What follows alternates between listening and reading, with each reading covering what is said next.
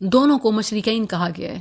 یہ عام ہے، جیسے ابو بکر و عمر رضی اللہ عنہما کو عمرین کہا جاتا ہے، کھجور اور پانی کو اسودین کہا جاتا ہے، اور اسی طرح سردیوں کا مشرق اور گرمیوں کا مشرق اور ہوتا ہے، تو اس بنا پر مشرقین اور مغربین آتا ہے۔ لن ینفعکم، اور آج یہ بات تمہیں ہرگز نفع نہ دے گی جبکہ تم نے ظلم کیا، کہ بے شک تم سب عذاب میں شریک ہو۔ پھر کیا تو بہروں کو سنائے گا یا اندھوں کو راہ دکھائے گا، اور ان کو جو صاف گمراہی میں پڑے ہیں؟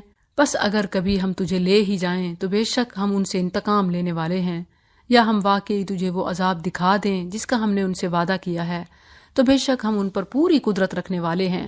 بس تو اس کو مضبوطی سے پکڑے رکھ جو تیری طرف وحی کیا گیا ہے، یقیناً تو سیدھے راستے پر ہے، اور بلا شبہ وہ یقیناً تیرے لیے اور تیری قوم کے لیے ایک نصیحت ہے، اور ان قریب تم سے پوچھا جائے گا۔ اور ان سے پوچھ جنہیں ہم نے تجھ سے پہلے اپنے رسولوں میں سے بھیجا، کیا ہم نے رحمان کے سوا کوئی معبود بنائے ہیں جن کی عبادت کی جائے؟ اور بلا شبہ یقیناً ہم نے موسیٰ کو اپنی نشانیوں کے ساتھ فرعون اور اس کے سرداروں کے پاس بھیجا، تو اس نے کہا بے شک میں تمام جہانوں کے رب کا بھیجا ہوا ہوں۔ تو جب وہ ان کے پاس ہماری نشانیاں لے کر آیا، اچانک وہ ان کے بارے میں ہنس رہے تھے، اور ہم انہیں کوئی نشانی نہیں دکھاتے تھے مگر وہ اپنے جیسی پہلی نشانی سے بڑی ہوتی، اور ہم نے انہیں عذاب میں پکڑا تاکہ وہ لوٹ آئیں۔ اور انہوں نے کہا اے جادوگر، ہمارے لیے اپنے رب سے اس کے ذریعے دعا کر جو اس نے تجھ سے عہد کر رکھا ہے، بے شک ہم ضرور ہی سیدھی راہ پر آنے والے ہیں۔ یعنی جب عذاب آتا تو منتیں کرتے، اور وہ جادوگر اس لیے کہتے کیونکہ وہ اپنے ذہن کے حساب سے جادوگر کو بڑا رتبہ دیتے تھے اور عالم سمجھتے تھے، تو کہتے کہ یا ایھا الساحر ادع لنا، ہمارے لیے دعا کر کہ یہ آفت ٹل جائے، ہم ضرور سیدھی راہ پر چلیں گے۔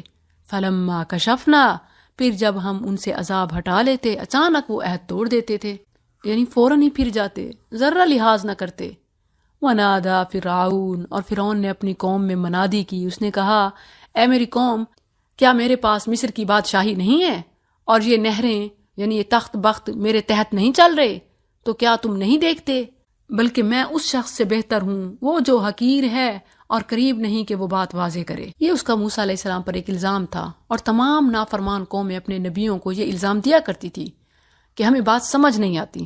جیسے شعیب علیہ السلام کی قوم نے بھی کہا تھا ما نفقہ کثیرا مما تقول وانا لنراک فینا ضعیفا۔ بعض لوگ کہتے ہیں کہ موسیٰ علیہ السلام نے منہ میں انگارہ رکھا تھا بچپن میں اور لکنت تھی، ایسی کوئی بھی بات ثابت نہیں ہے۔ فلولا القی علیہ، پس اس پر سونے کے کنگن کیوں نہیں ڈالے گئے، یا اس کے ساتھ فرشتے مل کر کیوں نہیں آئے؟ غرض اس نے اپنی قوم کو ہلکا کر دیا، یعنی بے وزن، یعنی کسی لاجک کی کوئی پرواہ نہ کی، بس اپنی بات منوائی۔ انہم کانوا قوما فاسقین، یقیناً وہ نافرمان لوگ تھے جو اس کی باتوں میں آ گئے۔ پھر جب انہوں نے ہمیں سخت غصہ دلایا تو ہم نے ان سے انتقام لیا، بس ہم نے ان سب کو غرق کر دیا، بس ہم نے انہیں پیچھے آنے والوں کے لیے پیش رو یعنی گزشتہ مثال، ومثلاً اور پچھلی مثال، للآخرین بعد میں آنے والوں کے لیے۔ وَلَمَّا ضُرِبَ ابْنُ مَرْيَمَ، اور جب ابن مریم کو بطور مثال بیان کیا گیا، اچانک تیری قوم کے لوگ اس پر شور مچا رہے تھے۔ ہوا یوں کہ جب یہ آیت اتری انکم وما تعبدون من دون اللہ حصب جہنم، کہ مشرک اور ان کے معبود یہ جہنم میں جائیں گے، تو وہ چیخے کہ عیسیٰ علیہ السلام کو تو لوگ معبود مانتے ہیں، شرک کرتے ہیں، ان کے مشرک جائیں گے تو کیا پھر وہ نہیں جائیں گے؟ یعنی اگر ہمارے معبود جہنم میں جائیں گے تو عیسائی نصرانی تو عیسیٰ علیہ السلام کو پوچھتے ہیں کیا پھر وہ بھی جہنم میں جائیں گے؟ اس بات پر وہ چیخ پڑے، حالانکہ واضح فرق ہے، کیونکہ عیسیٰ علیہ السلام اس سب سے بالکل بری تھے، جیسے روز قیامت وہ گواہی دیں گے، اور اسی طرح وہ تمام انبیاء اولیاء جن کا شرک اور خرافات سے کوئی تعلق نہیں، ان کی بات نہیں ہو رہی، بات تو ان کی ہوگی جنہوں نے اس کام پر اپنے مریدوں کو لگایا۔ وَقَالُوا أَآلِهَتُنَا، اور انہوں نے کہا کیا ہمارے معبود بہتر ہیں یا وہ؟ انہوں نے تیرے لیے یہ مثال صرف جھگڑنے ہی کے لیے بیان کی ہے، بلکہ وہ جھگڑالو لوگ ہیں۔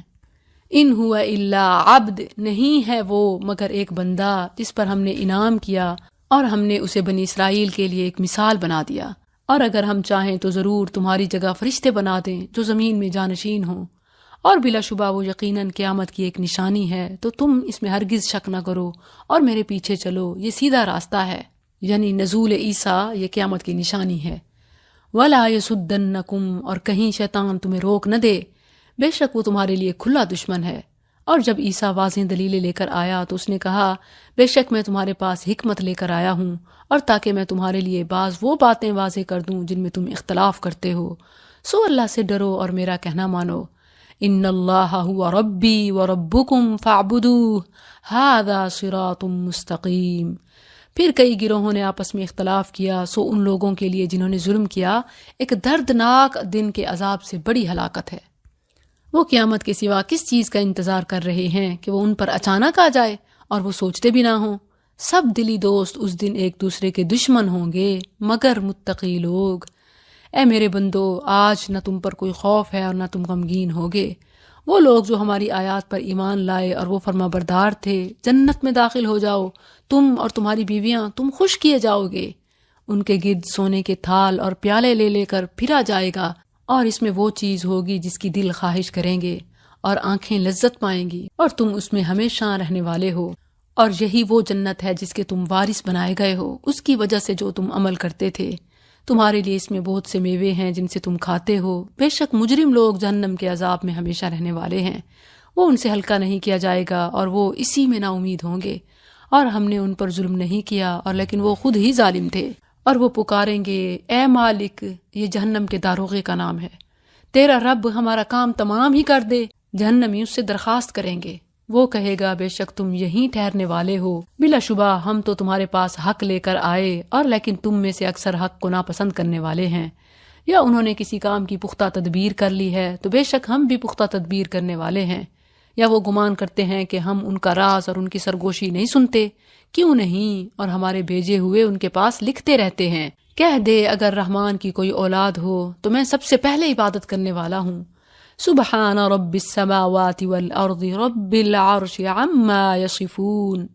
بس انہیں چھوڑ دے، فضول بحث کرتے رہیں اور کھیلتے رہیں یہاں تک کہ اپنے اس دن کو جا ملیں جس کا ان سے وعدہ کیا جاتا ہے، اور وہی ہے جو آسمانوں میں معبود ہے اور زمین میں بھی معبود ہے، اور وہی کمال حکمت والا سب کچھ جاننے والا ہے اور بہت برکت والا ہے، وہ جس کے پاس آسمانوں کی اور زمین کی بادشاہی ہے اور اس کی بھی جو ان دونوں کے درمیان ہے، اور اسی کے پاس قیامت کا علم ہے اور اسی کی طرف تم لوٹائے جاؤ گے۔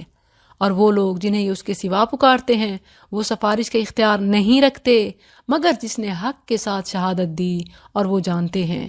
اور یقیناً اگر تو ان سے پوچھے انہیں کس چیز نے پیدا کیا تو بلا شبہ ضرور کہیں گے اللہ نے، پھر کہاں بہکائے جاتے ہیں۔ وقیلہ، قسم ہے رسول کے یا رب کہنے کی کہ بے شک یہ ایسے لوگ ہیں جو ایمان نہیں لائیں گے۔ فاصفح عنہم، پس ان سے درگزر کر اور کہہ سلام ہے، پس ان قریب وہ جان لیں گے۔ یعنی جب دلائل کا بھی کوئی انکار کرے تو بس اس کا جواب پھر سلام ہی ہے کہ فیصلہ روز قیامت ہوگا۔ فسوف یعلمون۔ سورۃ الدخان مکی سورت ہے، اس کا زمانہ نزول بھی وہی ہے جو دیگر حوامیم کا ہے۔ دخان کا معنی ہے دھواں، یہ لفظ اس کی آیت 10 میں آیا ہے۔ قیامت کے قریب ایک مرحلہ ایسا ہوگا کہ آسمان دھوئیں کی شکل اختیار کر جائے گا، اسی لیے اس سورت کا نام الدخان ہے۔ اور یہ دخان، دھواں، رسول اللہ صلی اللہ علیہ وسلم کے دور میں اہل مکہ پر عذاب کی صورت میں بھی آیا تھا۔ بسم اللہ الرحمن الرحیم، حامیم، اس بیان کرنے والی کتاب کی قسم، بے شک ہم نے اسے ایک بہت برکت والی رات میں اتارا۔ یہ برکت والی رات لیلۃ القدر ہے، جیسے انا انزلناہ فی لیلۃ القدر، اور یہ لیلۃ القدر یا لیلہ مبارکہ یہ رمضان کے مہینے میں ہے۔ قرآن کی گواہی ہے، شہر رمضان الذی انزل فیہ القرآن، مہینہ بتایا تو رمضان بتایا، رات بتائی تو لیلہ مبارکہ یا لیلۃ القدر آیا۔ بعض لوگ نصف شعبان، 15ویں شعبان اور شب برات کہتے ہیں، تو یہ بالکل خلاف شرع ہے، اس کی کوئی دلیل نہیں ہے سوائے ان کی ذاتی افتراء اور اختراع کے۔ انا کننا منذرین، بے شک ہم ہی ڈرانے والے تھے، اسی میں ہر محکم کام کا فیصلہ کیا جاتا ہے۔ یہی معنی سورۃ القدر میں ان الفاظ میں آیا بِإِذْنِ رَبِّهِمْ مِنْ كُلِّ أَمْرٍ، وہاں بِإِذْنِ رَبِّهِمْ مِنْ كُلِّ أَمْرٍ، اور یہاں فِيهَا يُفْرَقُ كُلُّ أَمْرٍ حَكِيمٍ، تو ایک ہی رات کی بات ہو رہی ہے، اور یہ بات مسلم ہے کہ وہ رات رمضان میں ہے۔ امرم من عندنا، ہماری طرف سے حکم کی وجہ سے، بے شک ہم ہی بھیجنے والے تھے تیرے رب کی رحمت کے باعث، یقیناً وہی سب کچھ سننے والا، سب کچھ جاننے والا ہے۔ آسمانوں اور زمین اور ان چیزوں کا رب جو ان دونوں کے درمیان ہیں، اگر تم یقین کرنے والے ہو اس کے سوا کوئی معبود نہیں، وہ زندگی بخشتا اور موت دیتا ہے، تمہارا رب ہے اور تمہارے پہلے باپ دادا کا رب ہے، بلکہ وہ ایک شک میں کھیل رہے ہیں۔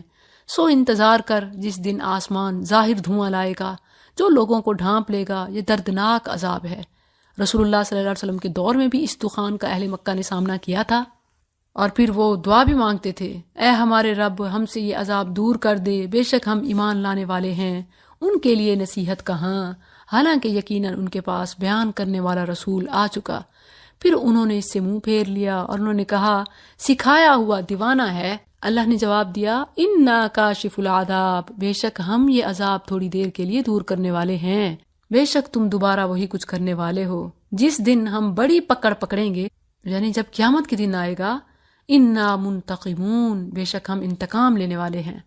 اور بلا شبہ یقیناً ہم نے اس سے پہلے فرعون کی قوم کو آزمایا اور ان کے پاس ایک بہت باعزت رسول آیا، یہ کہ اللہ کے بندوں یعنی بنی اسرائیل کو میرے حوالے کر دو، بے شک میں تمہارے لیے ایک امانت دار رسول ہوں، اور یہ کہ اللہ کے مقابلے میں سرکشی نہ کرو، بے شک میں تمہارے پاس واضح دلیل لانے والا ہوں، اور بے شک میں اپنے رب اور تمہارے رب کی پناہ پکڑتا ہوں اس سے کہ تم مجھے سنسار کر دو، اور اگر تم میری بات نہیں مانتے تو مجھ سے الگ رہو۔ آخر اس نے اپنے رب کو پکارا کہ یہ مجرم لوگ ہیں، بس میرے بندوں کو رات کے کسی حصے میں لے جا، بے شک تم پیچھا کیے جانے والے ہو، اور سمندر کو اپنے حال پر ٹھہرا ہوا چھوڑ دے، بے شک وہ ایسا لشکر ہے جو غرق کیے جانے والے ہیں۔ کتنے ہی وہ چھوڑ گئے باغات اور چشمے اور کھیتیاں اور عمدہ مقام اور خوشحالی جن میں وہ مزے اڑانے والے تھے، اسی طرح ہوا اور ہم نے ان کا وارث اور لوگوں کو بنا دیا۔ پھر نہ ان پر آسمان و زمین روئے اور نہ وہ مہلت پانے والے ہوئے۔ آسمان و زمین نیکوکار کی وفات پر روتے ہیں کہ نیکی کا کام ہوتا تھا، اور گناہ گاروں کے جانے پر خوش ہوتے ہیں، شکر ادا کرتے ہیں۔ وَلَقَدْ نَجَّيْنَا، اور بلا شبہ یقیناً ہم نے بنی اسرائیل کو ذلیل کرنے والے عذاب سے نجات دی، فرعون سے، بے شک وہ حد سے بڑھنے والوں میں سے ایک سرکش شخص تھا، اور بلا شبہ یقیناً ہم نے انہیں علم کی بنا پر جہانوں سے چن لیا، اور ہم نے انہیں وہ نشانیاں دیں جن میں واضح آزمائش تھی، یعنی جتنے بھی انعامات کیے تو ان کے تقاضے تھے۔ اِنَّ هَٰؤُلَاء، بے شک یہ لوگ یقیناً کہتے ہیں کہ ہماری اس پہلی موت کے سوا کوئی موت نہیں، یعنی جب مر جائیں گے تو پھر نہیں کوئی اٹھنا، قصہ ختم۔ وَمَا نَحْنُ بِمُنشَرِينَ، اور نہ ہم کبھی دوبارہ اٹھائے جانے والے ہیں، تو ہمارے باپ دادا کو لے آؤ اگر تم سچے ہو، یعنی مردوں کو زندہ کر کے دکھا دو پھر ہم مانیں۔ کیا یہ لوگ بہتر ہیں یا تبع کی قوم اور وہ لوگ جو ان سے پہلے تھے؟ تبع یہ یمن کے بادشاہوں کا لقب تھا، جیسے ایران